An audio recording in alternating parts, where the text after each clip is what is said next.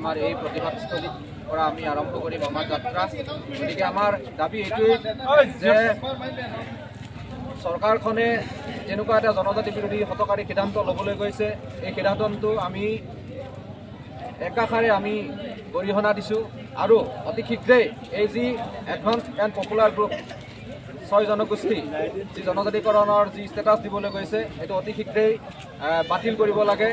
অন্যথা আমাৰ জনজাতীয় যিবিলাক আমাৰ ভাইসকল ভনীসকল আমি শান্তিত শুবলৈ পৰা নাই, কাৰণ আমাৰ ভৱিষ্যতৰ কথা আছে, আমাৰ প্ৰত্যেকটো ৰাইটছৰ কথা আছে, ৰাজনৈতিক লেণ্ড ৰাইটছ ইত্যাদিৰ পৰা ইত্যাদি কৰি আমাৰ প্ৰত্যেকটো অসুবিধা আমাৰ ইয়াত সন্মুখীন হ'বলগীয়া হ'ব অনাগত ভৱিষ্যতত। সেয়ে আটাইবোৰ কথা আমি চিন্তা কৰি আজি আমি এই সমদল উলিয়াবলৈ আমি আগবাঢ়িছোঁ।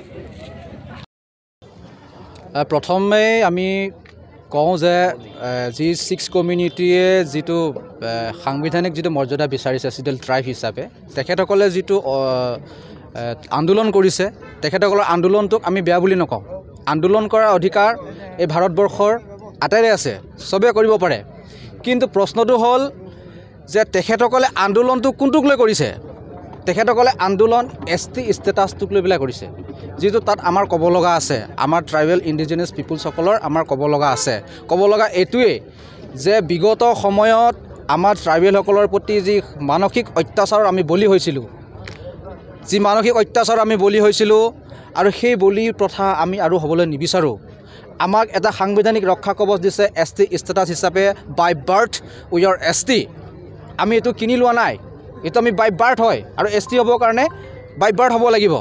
গতিকে কিনি পেলাই ল'ব নোৱাৰে। আৰু তেখেতসকলে যিটো দাবী কৰিছে এইটো ভাল কথা, দাবী কৰিব পাৰে।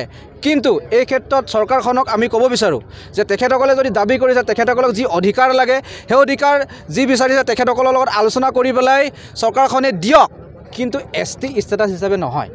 কিন্তু ST হিচাপে আমি সেইটো কেতিয়াও মানি ল'ব নোৱাৰোঁ, কাৰণ যদি ST তেখেতসকলক দিয়ে আমাৰ যিখিনি ৰাইটছ আছে সেই ৰাইটছখিনি শেষ হৈ যাব।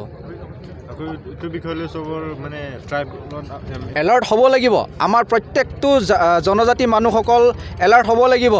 আমাৰ যদি এলাৰ্ট নহয় তেতিয়াহ'লে আমাৰ শৈক্ষিক যি অধিকাৰ, আমাৰ ৰাজনৈতিক যি অধিকাৰ, আমাৰ ভূমিৰ যি অধিকাৰ, আমাৰ চেণ্ট্ৰেল লেভেলৰ যিমানবিলাক এক্সামৰ যিমান অধিকাৰ থাকিব সেই অধিকাৰসমূহ আমাৰ শেষ হৈ যাব। গতিকে এইখিনি শেষ নোহোৱাৰ আগতে আমি আমাৰ জনজাতি মানুহসকল চবেই ভাই ককাই হ'লে আমি এক হ'ব লাগিব। আগন্তুক দিনত যদি আজিৰ নিচিনা আপোনালোকে দাবী যদি অসম চৰকাৰে স্বৈৰাচাৰী শাসনেৰে এই ইণ্ডিজিনিয়াছ ট্ৰাইবছসকলৰ যদি মাতটো ভইচটো যদি বুজিবলৈ নিবিচাৰে, তেতিয়াহ'লে ইণ্ডিজিনিয়াছসকলে নিজৰ জান দিবলৈ সাজু আছে। এইটো একদম